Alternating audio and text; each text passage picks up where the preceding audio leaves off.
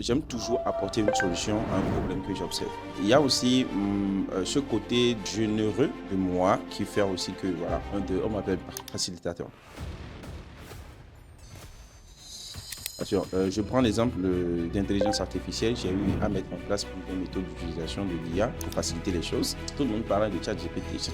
Ok, ChatGPT, c'est un assistant avec lequel on peut échanger, lui demander de poser des questions, avoir des idées et tout. J'ai dit, ok, pourquoi pas essayer. C'est là que j'ai essayé ChatGPT pour la première fois. Je lui ai soumis voilà, le problème que j'ai et tout. Et rapidement, j'ai eu des solutions, j'ai eu des idées. Je me suis dit, mais quoi ce truc? Et la partie des histoires. Quand Marion se lève, il vient quelque part. Le nombre d'histoires qu'il vous raconte, vous dites, ok, mais tu as vécu combien de vies? Donc, est-ce que tu as une anecdote à nous partager? On veut barrer d'abord avant d'évoluer Est-ce qu'il y a dans des la anecdotes discussion. Bon, si je faisais les histoires, tu sais. Et tu t'imagines, à l'âge de 7 ans, moi j'étais chef de compte. Le jour où tu m'as dit ça, le jour où tu m'as parlé de ça, je me suis dit, ah ok. En fait, qu'est-ce qui s'est passé pour Ouais. qu'il y ait ce shift-là et que tu deviennes une personne tellement conviviale alors que tu n'avais pas de sentiments? Ouais, c'est ma grand-mère qui a tout changé. Quand je suis arrivé au Bénin et tout, je m'en foutais de tout le monde. D'accord? Parce que j'étais un vrai cancre, tu vois. En fait, c'est fou, c'est parti juste d'un petit statut. Hein. Et tout, j'étais là, un peu ennuyé et tout. J'ai fait un statut, je dis, ok, et si on organisait un petit truc où chacun a mené ce qu'il veut, ce qu'il pourra, et on reste ensemble, on mange ensemble. C'était même pas festival de nous, c'était plomb bouffe. Voilà, c'était plomb bouffe et tout. Et rapidement, les gars ont dit, ok, on fait ça, on fait ça, on fait ça, et c'est allé très vite. On a organisé la première édition.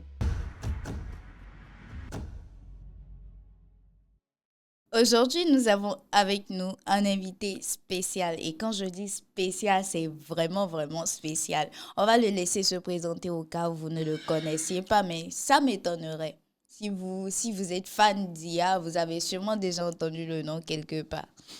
Alors, salut les gars, j'espère que vous allez bien. Moi, c'est Marion de Souza, je suis graphiste professionnel et prompt ingénieur. C'est aussi le facilitateur. On a le facilitateur avec nous. Et Ouais. justement, si on parle de facilitateur, d'où est-ce que ça ressort ce nom-là? Facilitateur, ce nom ressort du fait que j'aime toujours apporter une solution à un problème que j'observe. Mhm. D'accord? Et il y a aussi ce côté de généreux de moi qui fait aussi que, voilà, on m'appelle facilitateur. Bien sûr, je prends l'exemple d'intelligence artificielle. J'ai eu à mettre en place plusieurs méthodes d'utilisation de l'IA pour faciliter les choses. J'ai eu à lancer même des solutions, d'accord, pour faciliter les choses et tout. Et aussi, il y a des amis qui me contactent très souvent. Marion, j'ai besoin de tel profil pour me gérer telle chose. J'ai besoin de telle chose. Tu pourrais me contacter telle personne pour négocier telle chose pour moi et tout. Parce que moi, j'ai plus de 46 000 contacts. Et tu t'imagines? Et la plupart des gens, quand ils recherchent voilà, un corps de métier et tout, on m'appelle, ah, Marion, j'ai besoin de ce corps de métier. Est-ce que tu peux me trouver quelqu'un? Et rapidement, je dis, donne-moi une minute, je te reviens rapidement. Et puis, je trouve déjà quelqu'un pour gérer le truc. Bon, c'est ce qui fait que on m'appelle le facilitateur. Et très souvent, quand les gens me contactent, on me dit, Marion, je voudrais que tu me facilites un souci là. Rapidement, je dis, il s'agit de quoi? Voilà, j'ai tel souci. Ok, d'accord. On va faire ça comme ça. Je te trouve une solution. Voilà. D'accord, je comprends mieux.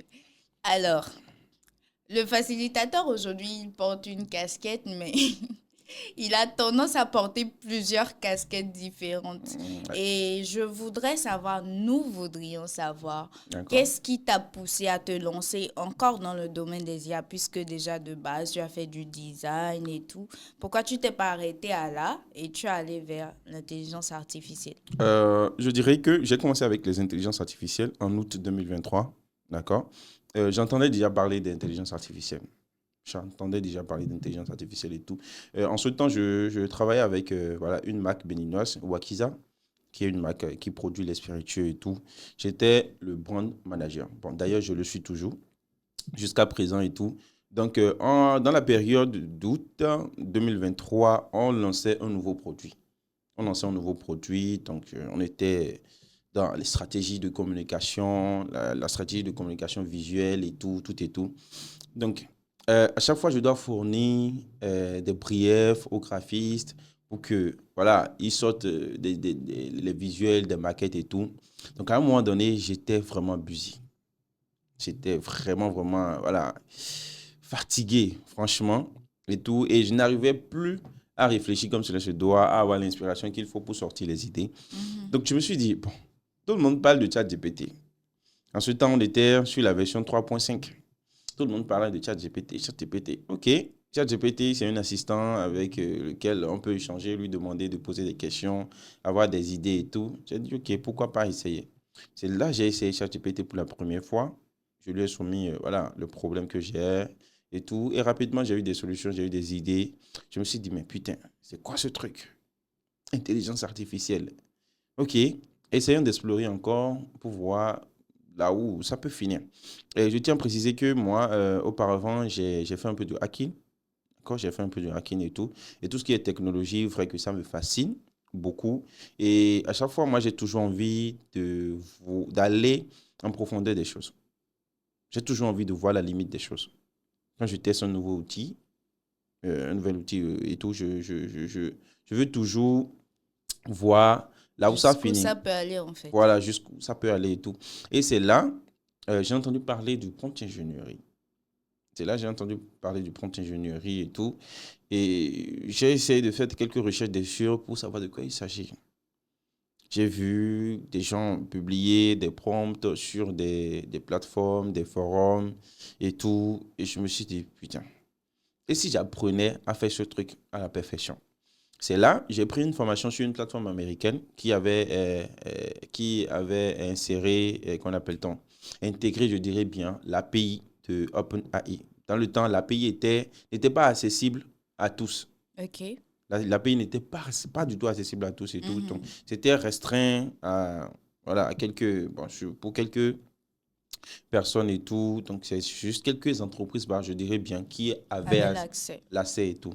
Donc, et la plateforme avait intégré l'API de OpenAI. Donc, dans le temps, en même temps, tu te formais au prompt ingénierie et en même temps, voilà, tu te challenges, tu l'essaies, tu testes en même temps sur la plateforme. Donc, ce n'était Mhm. pas, genre, tu viens apprendre sur la plateforme, tu vas maintenant sur ChatGPT tester. Non. Directement sur la plateforme, tu testes tout. OK. Donc, c'est là-bas, j'ai appris voilà, à rédiger les prompts et tout, et à maîtriser les prompts. Maintenant, Donc, quand j'ai c'était plus fini, pratique, en c'était fait. plus pratique, exactement. Donc, ce n'était pas juste un truc où je lis, je dis, OK, je comprends et tout, ça passe. Non. Mhm. Je lis, j'applique. Et si ça ne marche pas, je réessaie encore. Et après avoir suivi cette formation en prompt ingénierie et tout, j'ai découvert le jailbreaking. Le Mhm. jailbreaking, c'est forcer un outil, aller intégrer le système d'exploitation d'un outil pour modifier des informations et tout. Et quand on parle de jailbreaking, c'est un terme très souvent utilisé chez les techniciens, ceux qui réparent les iPhones Oui, et tout. Parce que effectivement. quand on jailbreak un iPhone et tout, on a la possibilité de changer les informations et tout, modifier le nom, la Mhm. capacité, un truc du genre et tout.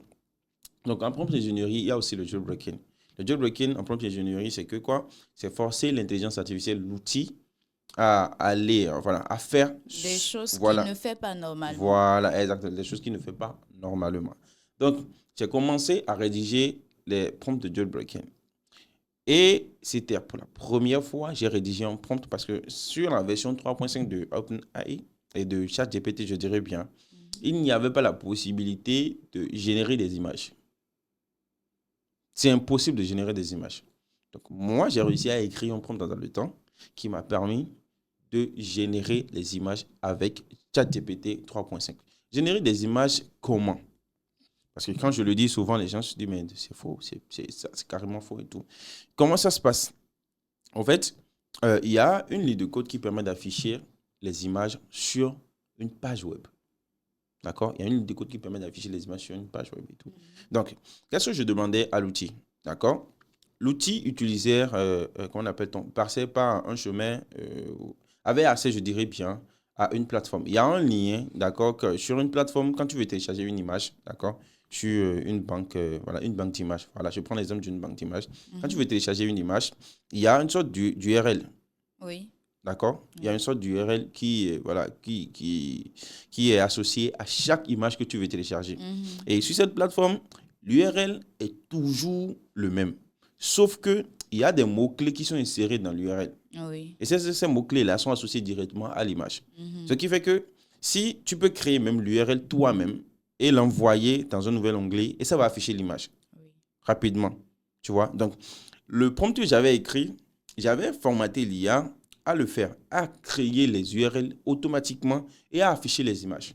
Maintenant, en voulant afficher les images, elle affiche les images en exécutant la ligne de code que j'ai insérée dans le prompt. Donc, il suffit juste que je mets image de tomate.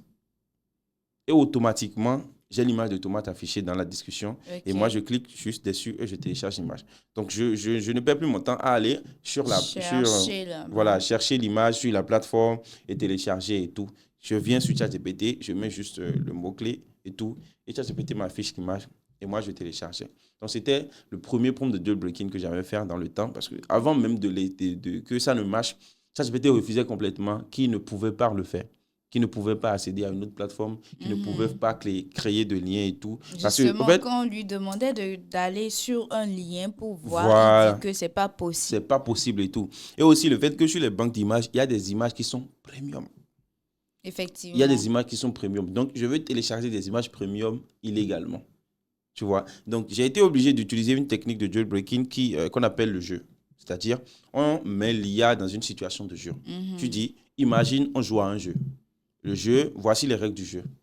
Tu vois? Oui. Là, en fait, elle se met automatiquement à exécuter parce qu'elle considère que voilà, tout ce que tu lui dis, tout ce que tu lui demandes là, c'est un jeu. Vous jouez à un jeu et tout. Lui, il va juste se contenter de générer un lien d'une image et d'exécuter, de l'afficher sous forme image et tout. Toi, tu vas juste mettre un mot pour le féliciter et tout. Donc, et ça, en fait, c'est amadouer l'IA pour que l'IA te sorte et tout. Il y a aussi une technique qu'on appelle la technique de grande mère et tout. Cette technique consiste à quoi? C'est-à-dire, tu fais croire à l'IA, d'accord, qu'elle est ta grand-mère décédée depuis des années. OK. Et c'est elle qui t'a tout appris.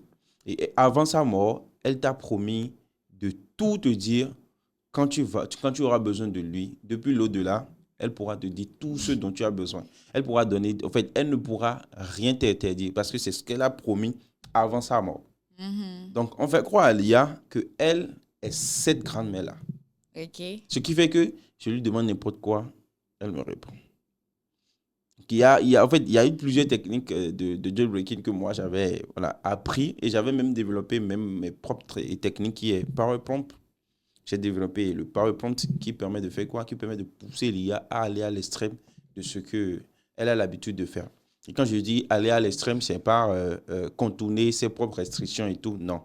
Par exemple, vous voulez générer du test, d'accord? Dans le temps, je prends dans le temps avec ChatGPT sur la version 3.5. La version 3.5 ne générait pas des longs tests. Effectivement. Mais moi, j'avais réussi à écrire ce qu'on appelle les PowerPoint, j'ai nommé PowerPoint et tout, qui permettait de pousser l'IA à générer des tests très longs. Tu vois, les PowerPoint sont des prompts de personnalisation. OK. Avec de nouveaux prompt systèmes. C'est-à-dire, bon, l'IA même a un prompt système intégré. C'est-à-dire, la première instruction que l'IA a reçue. Par exemple, ChatGPT qui est là, il y a un prompt système qui est intégré. Parce que c'est le prompt système qui lui a dit, OK, tu es un assistant. Tu sais tout, tu as toutes les informations. Les gens vont venir vers toi, te poser des questions. Fais ci, fais ça, fais ci. Il faut toujours exécuter. C'est un prompt système. Donc, moi, j'écris maintenant un nouveau prompt système que j'envoie, qui essaie de corrompre un peu le prompt système. Ce qui a déjà été mis en place à la base. Exactement. Donc, ce qui fait que j'ai développé assez de techniques et je me suis perfectionné dans la rédaction des prompts et tout. Et voilà, je me suis intéressé à l'IA comme ça. Après ChatGPT, j'ai testé Midjourney. Et après Midjourney, j'ai commencé avec les autres outils et tout. Et il y a quelque chose qui s'est passé parce que moi, à chaque fois quand je veux utiliser un outil, j'observe déjà autour de moi comment les gens utilisent l'outil. Parce que je veux toujours utiliser différemment l'outil. Je ne veux pas utiliser l'outil comme les autres le font. Donc, j'observe autour de moi comment les autres utilisent l'outil. Comment moi, je peux utiliser l'outil pour que, voilà, quand je vais vouloir présenter mon utilisation aux gens, Que ce soit différent que et ce ce soit, soit attractif voilà, que ce aussi. soit attractif. C'est là, j'ai commencé mes recherches avec, Attrayant. voilà, avec les intelligences artificielles. J'appliquais ce que je sais faire ici avec cet outil et tout. J'essaie d'associer pour avoir un résultat final. Ce qui fait que j'ai développé plusieurs techniques d'utilisation et je suis la première personne à montrer, à apprendre à mes étudiants comment créer un document PDF interactif. Un document qu'on peut exploiter sous forme d'un site web. Mhm. Un document qu'on peut exploiter sous forme d'un site web et tout. Et c'est des trucs que j'ai appris à faire parce que je maîtrise tel outil, il y a tel outil, il y a tel outil, il y a tel fait telle chose, telle chose. Et aujourd'hui, avec cette maîtrise de différents outils IA là, est-ce Ouais. que tu te considérerais comme un expert IA? Non, non, non. Pour être un expert IA, voilà, avoir un diplôme. Il y a des OK. études pour ça. Il y a des études pour devenir expert IA. Ceux Et qui il faut... utilisent ChatGPT pendant 3 mois et puis ils écrivent expert IA dans les bios là, vous avez entendu. Pour Il y être a- expert IA, il faut des études.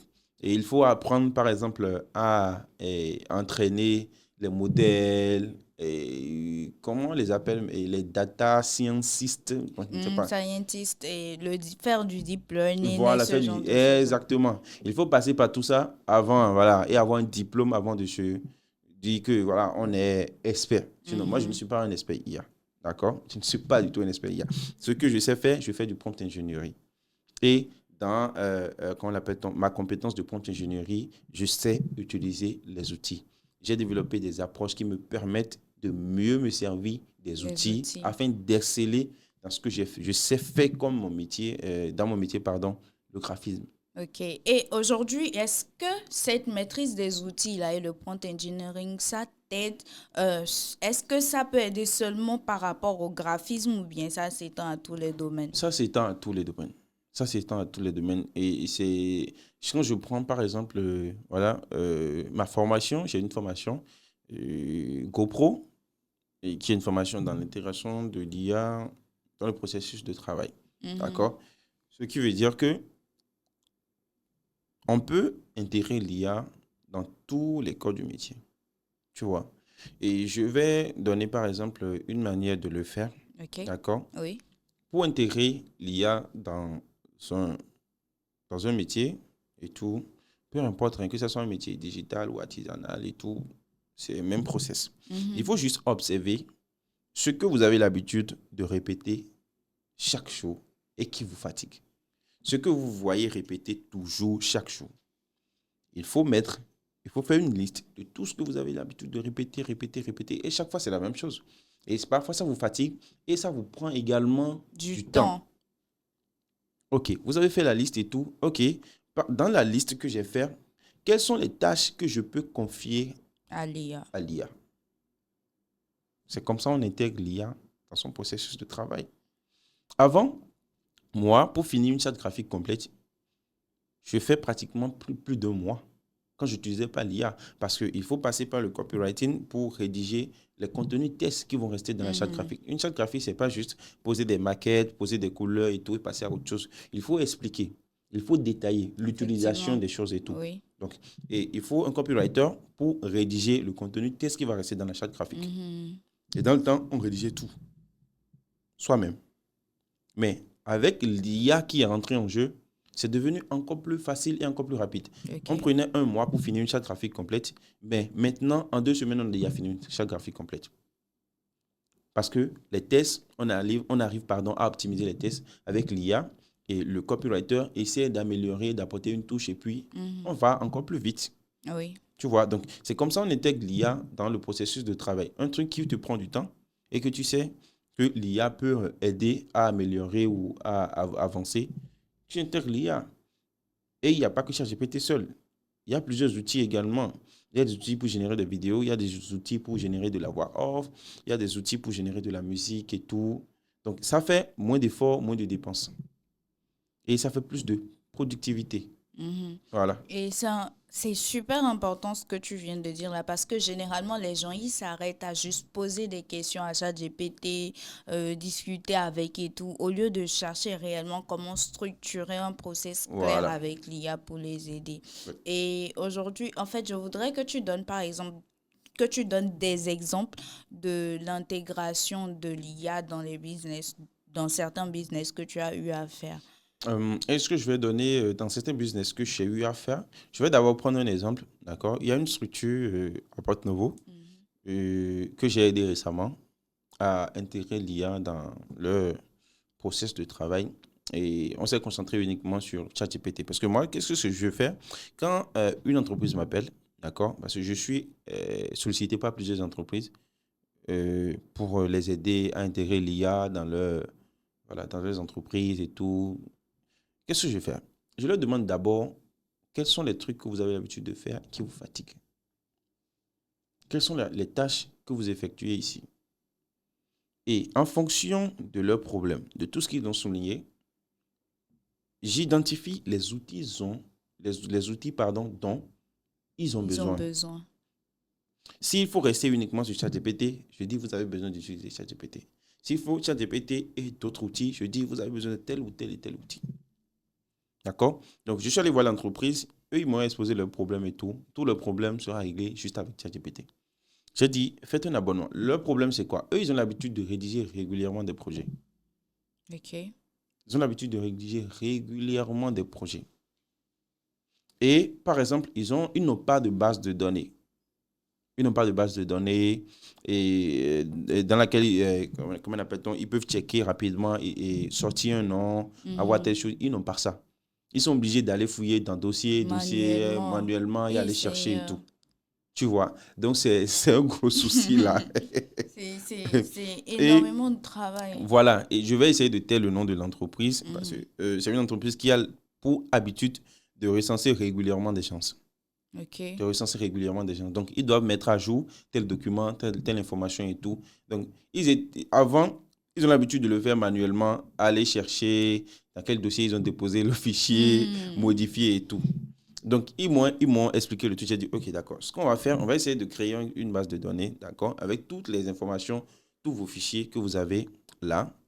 Et on va connecter la base de données à un GPTs, HPT. un mini GPT, c'est-à-dire les GPT Oui, qu'on oui. crée. On va connecter la Ah, base de pour ceux qui données, ne savent pas. la, la base de données à un GPT. Mhm. Là, vous pourrez travailler tranquillement, avoir la facilité de rédiger vos projets parce que vous avez déjà, euh, dans le temps, on avait rassemblé les fichiers, ça faisait plus de 13 000 fichiers. Et tu t'imagines, dans ces 13 000 fichiers-là, ils allaient chercher À chaque à chaque fois. fois. Waouh. Quelle perte de temps. Donc, on a constitué la base de données avec ces 13 000 fichiers-là qu'on a connectés au GPTs. Et pour tester, on a essayé de tester tout. J'ai demandé quels sont les dossiers qu'ils ont l'habitude de chercher souvent et tout. Quels sont les trucs. Ils m'ont donné un exemple et tout. J'ai dit, OK, de me sortir la liste de tel code de métier dans telle commune, OK. dans un dossier, dans un fichier PDF. On a lancé, on est resté là. Et parce qu'avant de lancer ça, j'ai précisé fallait utiliser le deep thinking, c'est-à-dire la réflexion approfondie et tout, Mhm. pour pouvoir identifier le fichier, les noms et nous sortir ça. Donc, le GPT avait pris près de 25 minutes. Et quand ça a fini, ça nous a fourni un lien de téléchargement. Quand on a téléchargé, ils ont ouvert le fichier. Ils ont dit, putain, tu vois. Donc, ils étaient étonnés de le voir. De voir, voilà, Que toutes les toutes les informations. informations étaient correctes. Il n'y avait pas quelque chose qui manquait en fait. Toutes les informations étaient correctes. Clairement, ils ont tout eu. Or, ce truc, ils avaient l'habitude de le faire. Ça leur prenait deux, Beaucoup trois de jours temps. avant de finir. Et le Mhm. jour-là, en quelques minutes, on a finalisé. Tac. Tu vois. Donc, voilà une manière d'intégrer l'IA dans son entreprise. Mhm. Créer un GPT qui est un peu comme, qu'on l'appelle-t-on, l'assistant ou secrétaire de l'entreprise, créer une base de données connectée aux GPTs. une base de données qui contient pratiquement tous les dossiers, tous les fichiers qui concernent le business et tout. Et à chaque fois, on peut mettre à jour des données, on peut, qu'on appelle-t-on, télécharger des fichiers, demander à l'outil de te faire un tableau dans lequel il recense tel produit avec les coûts, tant, tant, tant, tant, tant, tant. Tu peux même remonter dans des années. Parce que dans les 13 000 fichiers, il y avait des fichiers jusqu'en 2015. Et même après le test, je les ai demandé, est-ce qu'ils se rappellent d'un événement de 2015? On va demander à l'outil de nous sortir un dossier comme ça. OK. On a essayé. L'outil a sorti le dossier et tout. Tu vois, donc quand on a un truc comme ça, intégré dans son entreprise, ça facilite les choses. Si avant, vous prenez une semaine pour finaliser la rédaction d'un projet, maintenant, en 2-3 jours, vous avez déjà fini. Terminé. Je veux dire même en une journée, vous avez Oui. déjà même fini. Tu vois. Donc, intégrer l'IA dans son process, en fait, c'est tellement magique et ça aide beaucoup. Ça aide vraiment, vraiment, vraiment beaucoup. Et avec ces GPTs, ce n'est pas uniquement générer du contenu test. Il y a des GPTs qui aident aussi à créer des présentations PowerPoint. Il y a ces GPTs-là qu'on peut connecter avec des API à des plateformes. OK. Oui. Il y a des GPTs qui utilisent l'API pour se connecter à des plateformes, utiliser des plateformes. Par exemple, il y a un GPT, par exemple, sur ChatGPT, d'accord, qui permet de faire quoi? Qui permet de créer des présentations. Et quand tu veux créer cette présentation, ça te demande si tu permets à ce qu'il se connecte à telle application. Et l'application, c'est la plateforme. Et tu vas accepter d'abord avant qu'il ne se connecte. Donc, l'application interagit à travers la discussion. OK. Et là, tu as la présentation qui est générée dans la discussion. Tu pourras télécharger. Plus rapide. Plus rapide, tu vois. Tu n'iras plus encore sur la plateforme, aller faire là-bas et tout. Non. Tu fais tout, tu as tout. Ça, j'ai pété directement. Donc, intégrer l'IA dans son process, c'est très facile. Il faut juste identifier les tâches qu'on a l'habitude de répéter, qui fatiguent, voir comment l'IA peut corriger ça et puis commencer par l'appliquer. Bah, merci le facilitateur pour les conseils. Je pense qu'on a quand même assez d'éléments à exploiter. Et Ouais. là, on va passer à une autre de tes casquettes parce que tu es réputé actuellement. Déjà, j'ai envie de parler du travail que tu fais avec assez de jeunes dans différents domaines. Ouais. Mais c'est la partie des histoires, là. La Partie des histoires. Quand Marion se lève, il vient quelque part. Le nombre d'histoires qu'il vous raconte, vous dites, ok, mais tu as vécu combien de vies? Donc, est-ce que tu as une anecdote à nous partager? On veut que d'abord avant Est-ce d'évoluer qu'il y a dans des la anecdotes? discussion. Bon, en ce qui concerne les histoires, tu sais, la plupart de mes histoires que je raconte, c'est des histoires vraies. Et bon, qu'est-ce qui fait que j'ai eu autant d'histoires? Bon, à mon avis, hein, parce que c'est ce que moi j'ai compris que je veux dire, d'accord? Ok. Qu'est-ce qui fait que j'ai eu autant d'histoires? Déjà, je suis quelqu'un, j'ai pas profité en tant que tel de la chaleur familiale, Ok. tu vois? J'ai pas profité en tant que tel de la chaleur familiale comme cela se doit. Comme on dit, voilà, on est resté avec papa et maman et tout, dans la même pièce, dans la même maison et tout. J'ai pas profité de cette chaleur-là. Ok. Et aussi, j'ai vite eu la liberté financière. Donc, j'ai un là. T'as pas de dollars. Bien rue, mais non, ouais, je ne me suis pas promené pardon, dans les rues et tout. Mais je ne suis pas resté sur place. Je suis resté chez ce tonton, cette tante, chez mémé, chez grand-père, chez oncle et tout. Donc, j'ai un peu divagué, en fait. Tu vois, aller à gauche, à droite. Et je ne suis pas resté sur place. Ce qui fait que j'ai vécu tellement de choses, j'ai vu tellement de choses que quand je me mets à raconter, on me dit, mais putain, mais toi, apparemment, tu as tout vécu. Et franchement, chaque situation me rappelle toujours quelque chose. Chaque situation me rappelle toujours quelque chose que j'ai Et déjà là, vécu. aujourd'hui, la situation actuelle, ça te rappelle quoi? Calme-toi. On veut savoir, on veut savoir. On aime ça, on aime les histoires. J'aimerais bien. Mais, en fait, tu sais, je suis arrivé au Bénin en 2009. Et depuis que je suis arrivé au Bénin, je ne suis plus ressorti pour aller voilà, au Mali. Mais j'ai grandi au Mali. Mhm. Et au Mali, j'ai vécu beaucoup de choses en tant que gamin. Et tu t'imagines, à l'âge de 7 ans, moi, j'étais chef de gang. Le jour où tu m'as dit ça, le jour où tu m'as parlé de ça, je me suis dit, ah, ok, À l'âge de 7 petit ans, gang. moi, j'étais chef de gang. Et c'est pas ce qu'on dit là. Pour ceux qui sont au Mali, précisément Sebeni-Koro, dans les années 2007, 2008, 2006, 7, 2008, dans le village Sebeni-Koro, c'était genre des cancres, des vrais délinquants. Donc moi, j'étais à la tête d'un gang. Et je suis le plus petit. Donc je commande mes grands frères. Et comment même je suis devenu chef de gang? Si tu veux, je te raconte. Faut raconter, on écoute tout bien. Je suis arrivé au Mali en 2006. Je suis arrivé au Mali en 2006 avec mon oncle, dans le mois de novembre. D'accord? Ma maman vivait dans un village qu'on appelle Sebenikoro. Et dans le village, il y a un hôtel. L'hôtel était construit par mon oncle, Julien, père son âme. Donc, quand on est venu, on est rentré. J'étais venu avec un oncle, innocent. Quand je suis venu avec l'oncle, et on est rentré, j'ai vu ma maman, j'étais tellement content et tout. Donc, on était là, j'ai demandé d'après ma petite soeur.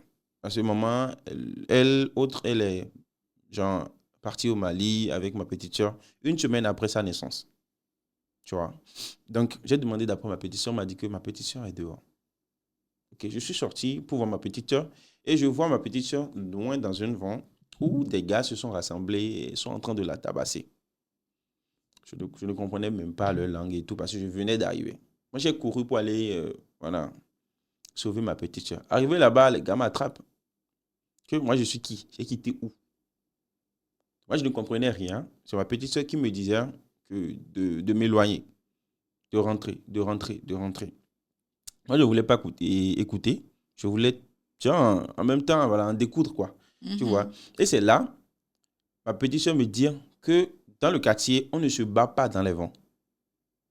On ne se bat pas dans les vents. On se bat dans les maisons inachevées. On Ah, se bat dans des coins où il n'y a pas de monde. ok. Et là-bas, se battre, c'est pas se battre et se faire, genre, se cogner.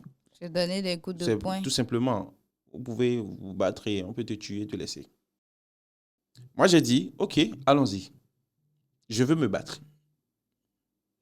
OK. Et le chef, celui qui est à la tête du groupe là, c'était le chef en fait. Mhm. Ils ont dit que si je battais le chef, je deviens le chef. Moi, j'ai pas ça en tête. Moi, je voulais juste battre le chef. Tout simplement. Parce que, voilà, il a tapé ma Ta petite petite soeur. soeur. Donc, on est allé et tout. Moi, je mangeais les haçons, les pamas et tout. Donc, il y avait la force. Et c'était un gars qui était plus élancé que moi. J'avais 7 ans. C'était un gars qui était plus élancé que moi. Et on est entré dans une maison inachevée et tout. Les gars étaient autour et ils parlaient le bambara. Moi, je ne maîtrisais même pas le bambara. C'était ma petite soeur seule que je connaissais. Et elle pleurait même quand je voulais me battre avec le gars et tout. Elle pleurait et les gars racontaient. Ils faisaient du bruit. Pour moi, c'était du bruit parce que je ne comprenais rien et tout. Donc, je me suis déshabillé. J'ai enlevé mon habit, pardon, et tout. Il a montré ses omoplates, quoi. J'ai enlevé mon habit et tout. Le gars, lui, il est resté dans son habit. Donc, il a couru vers moi en voulant me gifler. Je lui ai donné un coup entre ses cuisses. Entre ses jambes, pardon. J'ai cogné ses testicules. Il C'est est pas de tombé. la triche, ça. Il est tombé. Et il est tombé. Quand il est tombé, il ne pouvait plus se lever. Et c'est là, les gars, ils ont couru vers moi. Ils m'ont soulevé. Je suis devenu le chef comme ça. C'est là, je suis devenu chef de rang. Et quelques semaines, moi, en fait, j'ai une facilité à maîtriser les langues. Quand je suis dans un milieu où c'est une langue qui est régulièrement parlée, je maîtrise très vite. Tu vois. Donc, quelques semaines après, j'ai commencé par parler un peu le bambara. Oui. Tu vois. J'ai commencé par parler un peu le bambara et tout.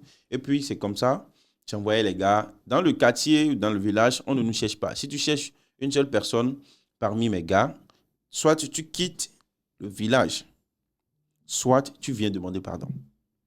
Parce que dans la nuit, là, soit on te blesse, soit on t'arrache une main. On t'arrache. On va couper. Pardon, c'est moi-même, j'ai demandé extra, mais actuellement, j'ai peur. Faut pas Qui avoir l'a peur. déposé devant moi, s'il vous plaît? Donc, dans le temps, c'était ça. Mais au fait, le truc, c'est que moi, je n'allais jamais sur le terrain. Je n'allais jamais sur le terrain. Je commandais juste.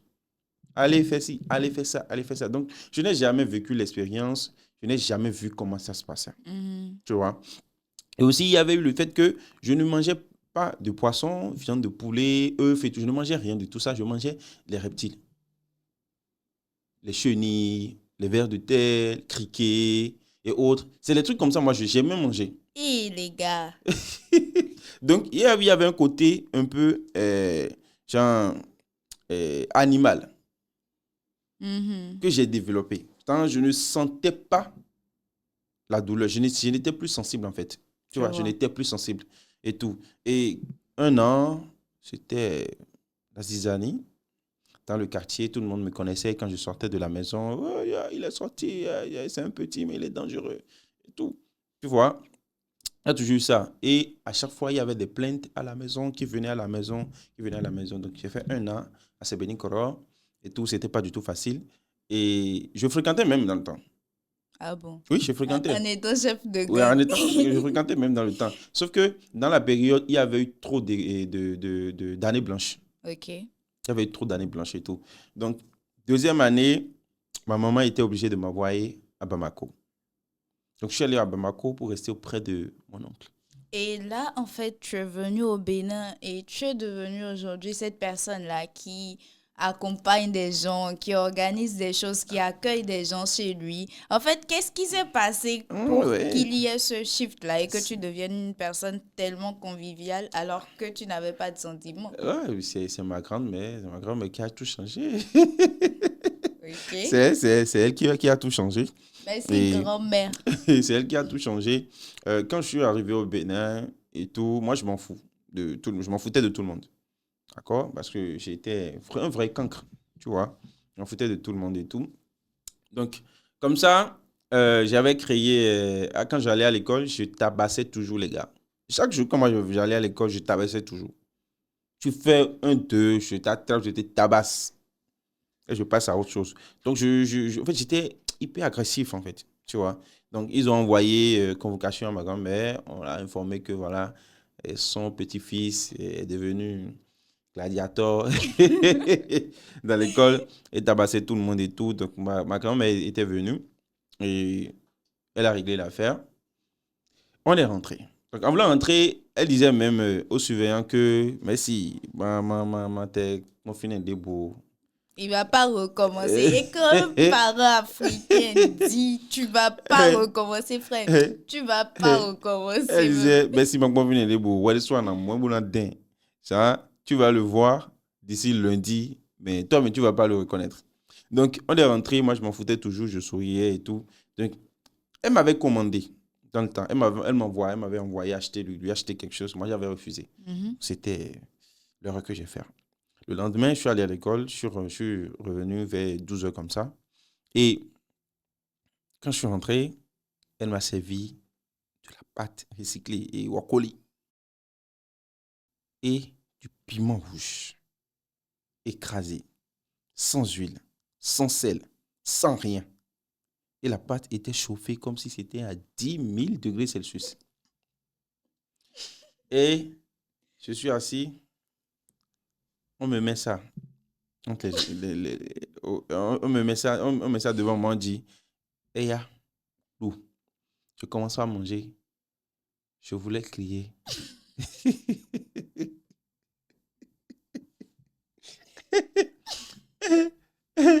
Et là, avant ça, on va tout le temps. Et bien, oui, on me lève, je voulais pleurer. Elle appelle, elle appelle l'une de mes grandes sœurs. Alors, Adélie, mesdames, il y a bien parlé, mais on a déjà fait un roncagne violent. Et je ne pouvais pas crier, je ne pouvais pas pleurer. C'est à partir de là. Je pense que En fait, là, c'est moi qui vais pleurer parce que c'était, tellement je ris. c'était comme une délivrance. Mhm. C'était comme une délivrance. À partir de ce jour, je suis devenu un nouveau marion, en fait. Un nouveau marion. Et quand ça a changé comme ça, je suis devenu, comment vous appelez les gens là? Ceux qui restent cachés, n'aiment pas se mélanger au monde. Et Introverti. voilà, je suis devenu introverti. Je peux rentrer de l'école, je reste enfermé dans la chambre toute la soirée, sans sortir. Quand il est l'heure de manger, on m'apporte à manger. Je mange. Et puis, voilà, je pars déposer l'assiette, je reviens dans ma chambre. Et c'est devenu comme ça. On a Et, enlevé la violence de son corps. et ma grand-mère, voilà, elle a commencé par s'inquiéter et tout. Et elle a commencé par me chouchouter. Chaque fois quand je me cachais, elle me faisait sortir. De venir m'amuser avec mes nièces, mes neveux et tout. Et c'est comme ça que je suis devenu un peu, voilà, pardon, sociable et extraverti, ou bien, Mhm. c'est comme ça on dit, Oui. non? Voilà. Et j'avais trouvé une manière de devenir rapidement ami avec les gens, genre de m'intégrer rapidement, le plus rapidement possible avec les gens, c'est d'essayer de les faire rire. En fait, Tu es devenu comédien, quoi. je suis devenu comédien. D'essayer de les faire rire. Donc, pour m'approcher, pour devenir ami avec quelqu'un, pour devenir, voilà, proche avec quelqu'un, c'est toujours l'approche que j'utilise. Je t'observe, je vois un truc sur toi, je t'approche, je te taquine juste avec. J'aime beaucoup taquiner. Je te taquine juste avec, et puis voilà, tu souris, et puis c'est fini. On devient amis. Et aujourd'hui, tu es devenu ami avec tellement de personnes Tellement de différentes. personnes, voilà. Et en plus de ça, il y a assez de personnes qui sont sur la toile, qui ont sur Internet, dans les différents business, en Ouais, ligne comme hors ligne ouais, d'ailleurs, ouais, et qui ont quand même un certain respect par rapport à toi, qui sont autour de toi. effectivement. Et aujourd'hui, en fait, est-ce que tu as choisi de construire volontairement cette sorte de communauté-là? Est-ce que j'ai choisi volontairement de construire cette communauté? Oui, je l'ai choisi. Parce que j'ai commencé par créer, pardon, du contenu sur les réseaux sociaux depuis 2022. Depuis 2022. Donc, on va dire banalement 3 ans déjà. Mhm. Donc, en 3 ans, j'ai cette communauté et tout. Pourtant, j'étais sur Facebook depuis 2009. J'étais sur Facebook. J'ai pris le temps d'observer, de voir comment les choses fonctionnent, comment les gens créent du contenu, comment les gens parlent de business. J'ai pris le temps de collecter toutes ces informations. Parce que j'ai vu des gens, voilà, qu'on glorifiait, des gens qu'on célébrait, tu vois. Et dans le temps, moi, je ne voulais pas devenir celui qu'on glorifie, tout simplement. C'est celui qui apporte des solutions, celui qui mène des actions. Et c'est pas ces actions-là, on le connaît. Mhm. Dans le temps où j'étais là en retraite, bon, est-ce que j'ai retraite, je vais dire, en arrière, j'observais les choses. Je voyais des gens avec des milliers de vues et tout, qui sont juste des gens qui postent des photos, shooting, dans le temps où ils ramassaient des... Mais ces gens n'apportaient rien, en fait. Oui. C'était juste des histoires de photos pour, voilà, impressionner et tout. Mais moi, je ne voulais pas être ce type de personne. Je voulais être quelqu'un qui vient vraiment impacter, change des vies. Tu vois? Mhm. Je voulais vendre ce que je sais faire et en même temps impacter, mener des actions qui vont faire que on va me respecter. Et aujourd'hui, est-ce que tu estimes que tu as pu le faire? Ah oui, je l'ai fait. Je l'ai fait même, j'ai atteint même mon objectif. Quand j'ai commencé la création de contenu en 2022, en 3 mois, j'ai atteint mon objectif. J'ai pris 3 mois pour atteindre mon objectif. Et Parce que comment tu as... j'avais une Voilà. stratégie bien établie. J'ai Mhm. appliqué cette stratégie-là et ça a marché à merveille. Parle-nous de la stratégie. Tu sais que j'aime trop entendre ces histoires-là. Vas-y, raconte. Bien, comment j'ai procédé pour voilà, atteindre ce niveau. Déjà, comme j'ai dit, j'ai pris le temps d'observer tout le monde. J'avais créé mon profil. J'ai créé mon profil et tout. J'ai mis une photo de profil. Je me rappelle très bien de ma photo de profil. C'était une photo de profil que euh, j'ai traité jusqu'à quand les gens voient la photo là, on dit que je suis un bébé. J'ai toujours la photo sur ma machine. Donc, j'avais mis une photo de profil. Moi, de base, j'aime le blanc-noir. Donc, toujours noir et blanc et tout. Donc, c'était une photo blanc-noir. J'avais une couverture où j'avais utilisé la couleur rose dans le temps pour mettre juste un petit test là-dessus et tout. Donc, avant de le faire, bon, j'ai paramétré mon compte sur public. Donc, tout ce que je publiais, tout le monde voyait. J'avais mon profil, ma bio, tout est clean. Bien. Moi, mon premier objectif n'était pas de venir et être célébré tout de suite. Mon premier objectif, c'est de trouver mes clients, vendre ce que je fais. Je sais faire. Utiliser ce que, comment on appelle mes œuvres réalisées, d'accord, pour maintenant impacter. OK.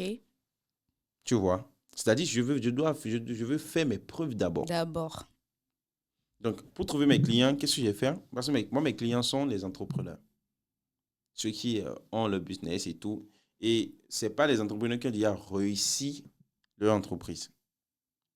Ceux qui viennent de commencer, ceux qui ont commencé et qui cherchent à aller encore plus loin. Mhm. D'accord? Et qu'est-ce que moi j'ai remarqué? C'est que ces profils d'entrepreneurs qui viennent de commencer, qui ont commencé il y a quelques temps, qui ont commencé mais qui veulent essayer de suivre des entrepreneurs, des grands entrepreneurs qui ont déjà réussi leur entreprise. C'est les entrepreneurs des milliardaires, des Oui. millionnaires, milliardaires et tout. Tu vois? Donc j'allais sur ces pages-là qui parlaient d'entrepreneuriat, qui parlaient de politique, des pages qui étaient gérées par des personnalités publiques et tout.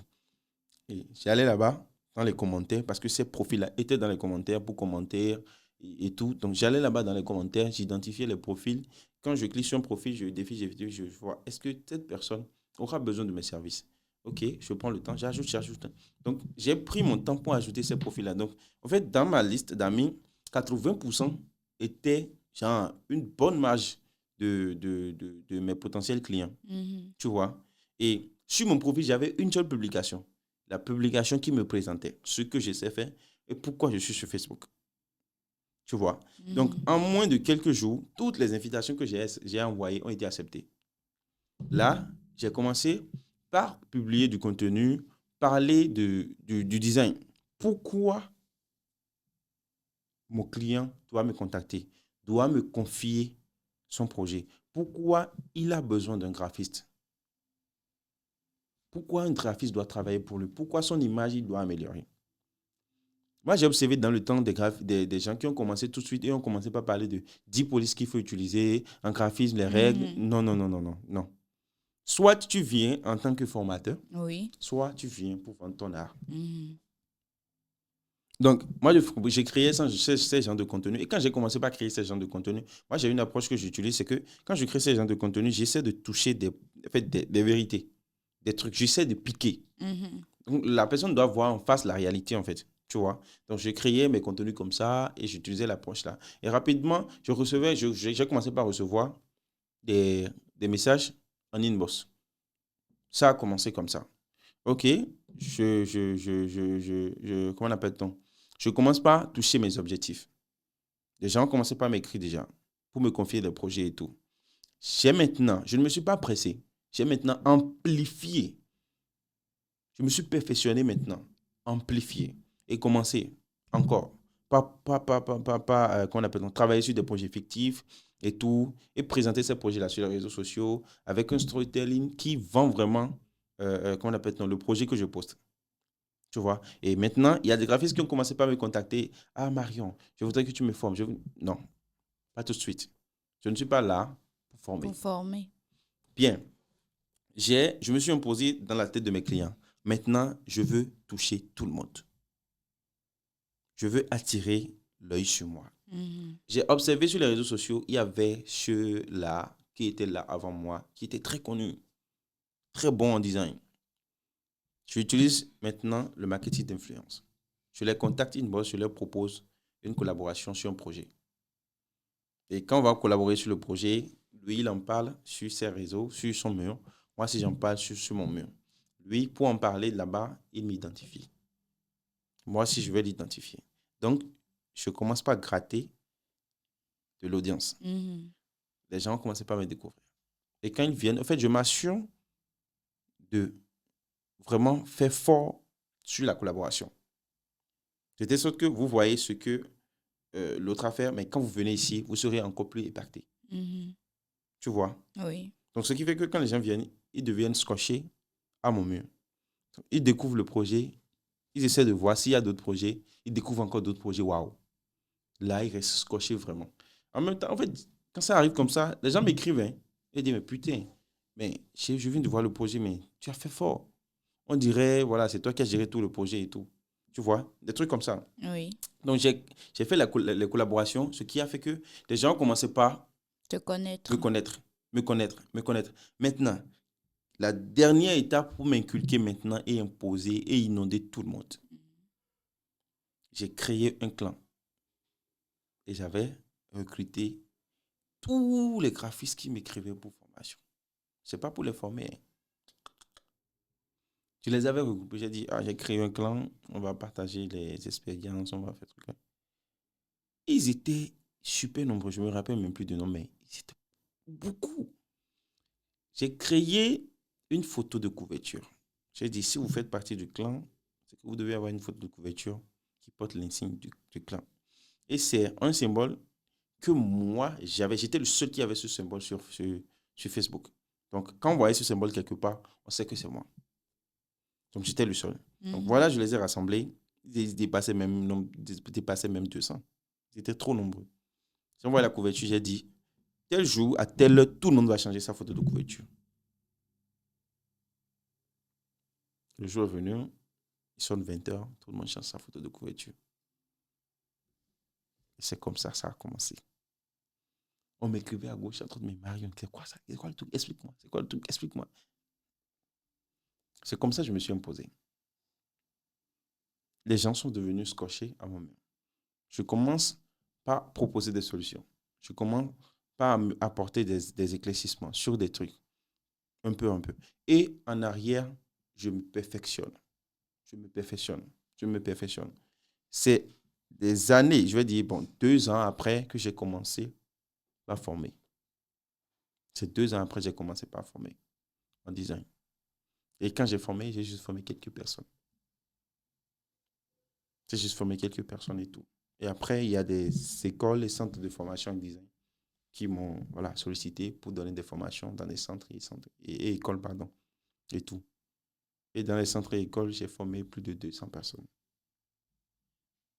et tout. Voilà comment Marion s'est imposée, les petites stratégies que j'ai utilisées pour m'inculquer. Et après ça, j'ai tout fait pour avoir une bonne base de données en ce qui concerne bon carnet d'adresse, un bon carnet d'adresse, je vais dire. Bien. Aujourd'hui, j'ai plus de 46 000 contacts dans mon téléphone. Et peu importe le profil que je recherche, je trouve là-dedans. Sur mes statuts, je fais plus de 10 000 vues. Et comment j'ai fait pour avoir les 46 000 contacts? Ça, on va en parler peut-être dans un... Faut développer. Nous, on est là, on t'écoute comme ça. Tu vois, quand les grands-pères parlent là, genre le silence qu'il y a et puis il y a un cercle autour de nous. C'est ça qu'on a fait actuellement. On t'écoute. Comment on appelle-t-on? On dit très souvent le réseautage. Mhm. Moi, dans le temps, j'allais régulièrement sur les conférences organisées par, qu'on appelle-t-on, aux instituts français, Minondoye. Mhm. Voilà, des trucs comme ça. Même si ça ne concerne pas le design, là, moi, j'allais. Tu vas. Juste pour avoir des contacts. Et j'allais régulièrement, régulièrement. Et quand j'allais à ces endroits-là, j'essaie toujours de m'approcher des gens. En fait, je n'étais pas timide, en fait. J'avais une facilité de m'approcher des gens. Comme quelqu'un dit, tu vas chercher l'argent et être timide Et dessus. timide, Tu peux pas non. avoir tous les problèmes en même temps, Voilà, frère. exactement. Du coup, déjà que moi, j'ai une manière un peu drôle de m'approcher des gens et tout. Je les observe, je vois quelque chose sur eux et tout. Bon, j'approche, je taquine tout simplement et ça fait rire. Et c'est comme ça que je crée le lien. Parce qu'en fait, le lien émotionnel. Quand je ne fais pas tac comme quelqu'un qui veut vendre. Ah, je fais ci, je fais ça. Non, non, non. Je viens, je crée l'émotion d'abord. Je crée l'émotion et en même temps, tac, je prends le numéro. Mhm. Et c'est comme ça, j'ai collecté des adresses, des adresses, des adresses, des adresses. Et aujourd'hui, je suis à plus de 46 000 contacts. dans mon téléphone et tout. Et parmi ces adresses, aujourd'hui, j'ai eu à travailler avec tellement de personnes d'entre eux. Tellement de personnes d'entre eux. Et je touche des projets que je n'aurais jamais imaginé que j'allais toucher un jour. Voilà, Marion. Je pense qu'on a appris énormément de tout ça. Et là, tu es en train de vouloir réunir cette communauté-là autour de différentes choses, entre autres de ton événement. Est-ce que tu peux nous en parler, entre autres? Bon, Festifood. Festifood, d'où m'est venue l'idée de Festifood? Bon, Festifood, c'est parti juste d'un petit statut, hein. Et tout, j'étais là, un peu ennuyé et tout. J'ai fait un statut, je disais, OK, et si on organisait un petit truc où chacun amenait ce qu'il veut, ce qu'il pourra, et on reste ensemble, on mange ensemble. C'était même pas Festifood, le nom, c'était Plan Bouffe. Plambou. Voilà, c'était Plan Bouffe et tout. Et rapidement, les gars ont dit, OK, on fait ça, on fait ça, on fait ça. Et c'est allé très vite. On a organisé la première édition. Ça s'est très bien passé. Et voilà. Après, j'ai revu un peu le projet. Je me suis dit, OK, euh, Festifood, je vais donner ce nom à l'événement au lieu de Plan Bouffe parce que le Plan Bouffe, c'est un nom qui est beaucoup utilisé et tout, ça ne fait pas original. Et c'est là, j'ai créé le nom Festifood et ça devient Festival de la bouffe. Ça devient Festival de la bouffe et normalement, Festifood devrait être sur plusieurs jours. Tu vois, ça devait être sur plusieurs jours et tout. Et l'objectif du Festifood, c'est de mettre en valeur, de mettre en lumière, bon, est-ce que c'est lumière, je vais dire, mettre en valeur l'art culinaire africain et béninois, surtout béninois.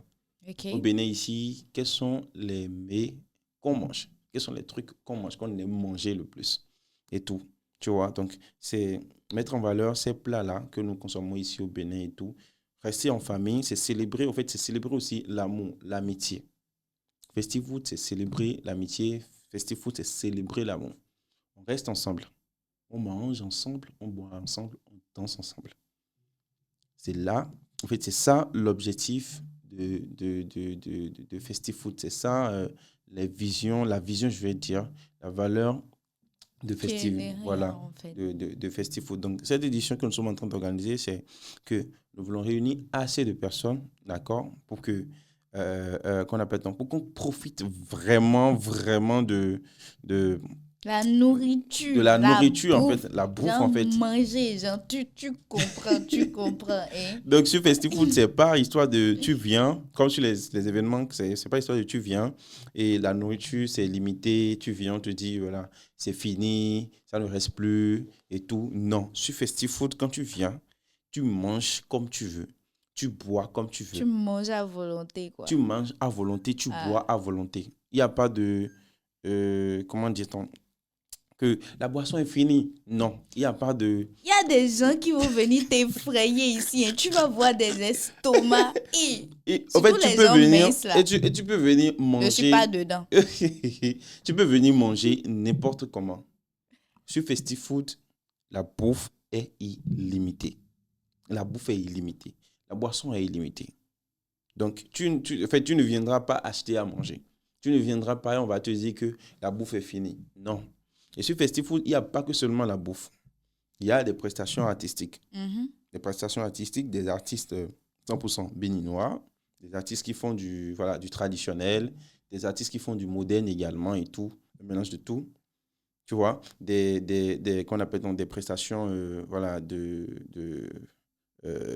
qu'on appelle donc des artistes qui font euh, les marionnettistes, je ne sais pas si c'est comme ça on Oui, les appelle et oui, tout. oui. En tout cas, il y a Ah vraiment, bon? vraiment beaucoup Donc, d'activités. Il y a oui. également un hackathon culinaire sur Mhm. Festifood. Il y a les challenges food pardon, sur Festifood également, c'est-à-dire on met, par exemple, je prends l'exemple d'un challenge parce que cette fois-ci, on a trois différents challenges. Le premier challenge, c'est que les participants, il y a trois participants, ils vont manger 18 télibos le plus rapidement possible.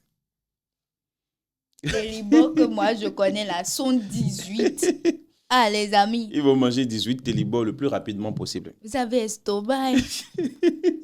Et qu'on appelle dans le deuxième groupe, les deuxièmes groupes, les challengers, eux, ils vont manger, je pense que c'est 15 boules d'acassa.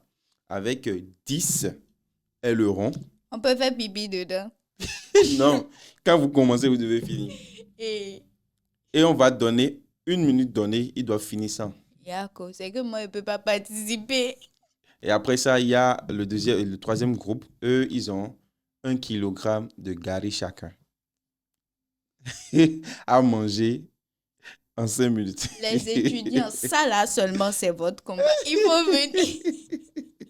Donc, il y aura des jeux d'hiver également. Il y aura vraiment assez d'activités pour rendre voilà, Festi Food mémorable. Je ne sais pas si c'est comme ça on dit. Oui, voilà, pour marquer les mémorable. esprits et tout. Donc, Festi Food, c'est une fête voilà, pour tous. C'est la fête de la bouffe. Vous venez vous manger, vous buvez comme vous voulez et tout. Et vous profitez également pour danser, rencontrer peut-être votre âme sœur, âme frère. Les deux. Donc, Je vais dire quoi dedans encore? Je vais dire quoi dedans? En tout cas, oui. c'est toi, tu m'as mis dans les problèmes avec le service client. Et puis tout le monde est en train de dire, je veux venir voir qui est derrière la voix là. Mais c'est Il faut normal. leur dire là-bas que je suis déjà mariée avec 4 enfants. Je vous préviens en même temps, je suis mariée avec 4 enfants. Donc, tu viens sur Festi Food. Moi, j'invite tout le monde. Si vous aimez manger, vous aimez la bouffe, sur Festi Food, nous avons plusieurs plats qui sont disponibles. Plusieurs, mais je dirais bien qui sont disponibles. Vous aurez juste à payer 3 500 francs et la fête sera belle. 3 500, c'est même pas le prix d'un resto, quoi. Et Et effectivement. tu manges, Mais tu tu viens sur la manges comme fête, tu veux. tu manges le nombre de plats que tu veux, comme tu veux. Et la boisson également, c'est gratuit. Tu bois comme tu veux. Et cette fois, on a beaucoup de partenaires qui mettent à notre disposition également. En fait, on avait même 10 plats de prévus, mais on est allé même au-delà des 10 plats. Quand je dis 10 plats de trucs là, de nourriture et tout, c'est qu'on a différents, mais 10 plats de prévus. Différents. 10 plats différents, tu vois, et tout. Mais avec ce que les partenaires sont en train de proposer et tout, on est allé même au-delà des 10. Wow. Les On est allé, partenaires, voilà, là. au-delà des 10. Il y a des Venez me partenaires. sponsoriser aussi. Il y a des partenaires qui mettent à notre disposition des pots de yaourt, des pots de bissap, il y a des pots de bouillie également. On a vraiment des partenaires qui donnent assez de trucs. En fait, Il ce y qui a rend, la viande. voilà, il y a la La viande. viande. La La viande. partie là, c'est ça. C'est important. Non, c'est Il y a- très important. Il y a la viande pour tous. Il y a la viande pour viande. tous. Il y a ceux qui ne mangent pas la viande de porc. Il y a la viande de mouton qui est là. Mhm. Et tout, le barbecue de mouton qui est là. Il y a ceux qui mangent la viande de porc. Il y a aussi le pain qui est là. Donc, chacun vient. En fait, Pour chaque lui. personne vient, profite et rentre à la maison. Il n'y a pas de « je suis venu, je n'ai pas profité ». Non. Donc, chacun vient, il profite et rentre à la maison. Et même avant le jour J, avant le 18 octobre, parce que le festival, c'est le 18 octobre et tout, le 17, on a une soirée camping. Et lors du soirée camping, C'est pas pour tout le monde. Ça, c'est pas pour tout le monde. Effectivement, on a une Les soirée gens, camping. les gens spéciaux viendront. On a une soirée camping où on aura un petit concert live. On aura un petit concert live ambiançant, pardon, et tout. Après ça, on aura, qu'on appelle un conteur qui viendra nous conter, voilà, les légendes, et Les tout, histoires. les histoires et tout. Et après ça, on aura une projection cinéma. Et on aura également, pardon, le feu de bois. On va chanter, danser autour. Quelqu'un amène chamallow. Chamallow, oui. Et Ouais.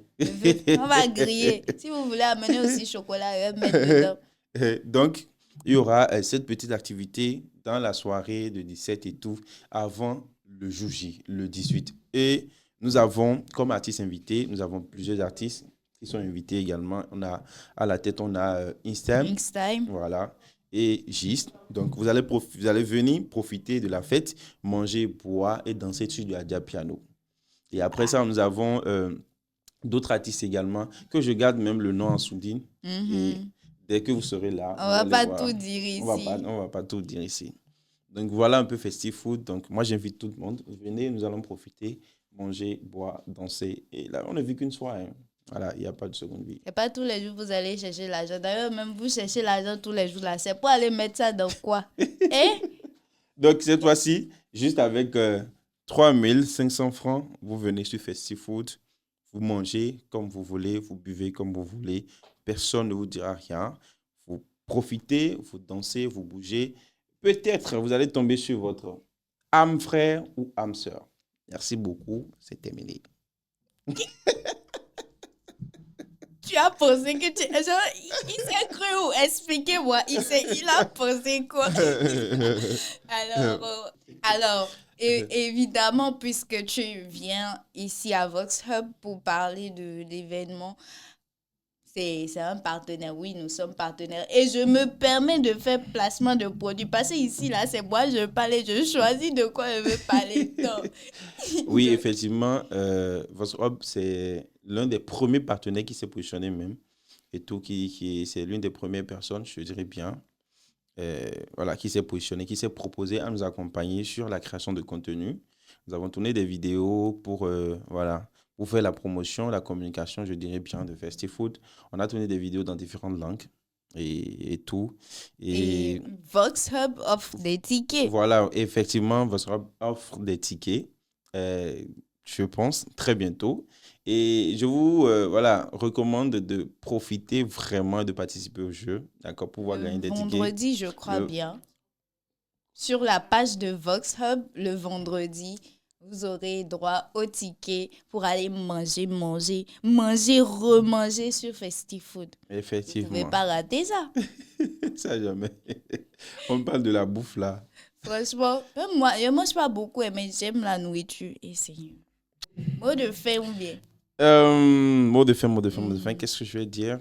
Euh, Tout ce que moi je dirais comme mot de fin, c'est que quand vous voulez vous lancer, d'accord, sur le digital, avant de commencer, essayez de rester en arrière, observez comment les autres font et tout, et venez et apportez votre touche. Mettez en place votre propre stratégie, d'accord, toujours en appliquant ce que les autres pardon, ce que les autres font, mais différemment. Apportez juste votre touche et imposez-vous. Et tout. Et il y a un souci, le souci c'est que quoi, quand vous venez, vous voulez tout de suite devenir célèbre. Vous voulez tout de suite Ils veulent vendre devenir là. coach ou Surtout vendre vendre là. et tout. Non, il faut, en fait, c'est tout un process. C'est tout un process. C'est normal de vouloir vendre.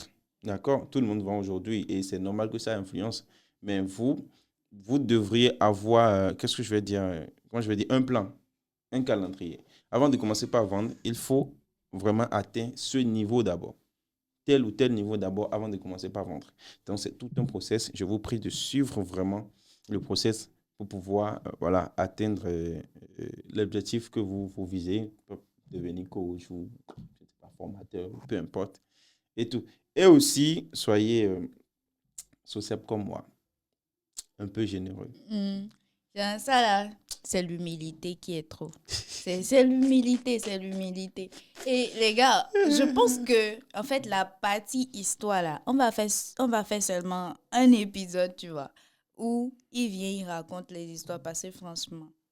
Toutes les vies que tu as vécues là, on doit entendre parler de ça. Allez, on va se capter, on se laisse, mais c'est pas terminé, hein. Il y a d'autres épisodes, donc abonne-toi et dis-nous ce que tu penses, ce que tu voudrais voir dans les vidéos suivantes. Ciao.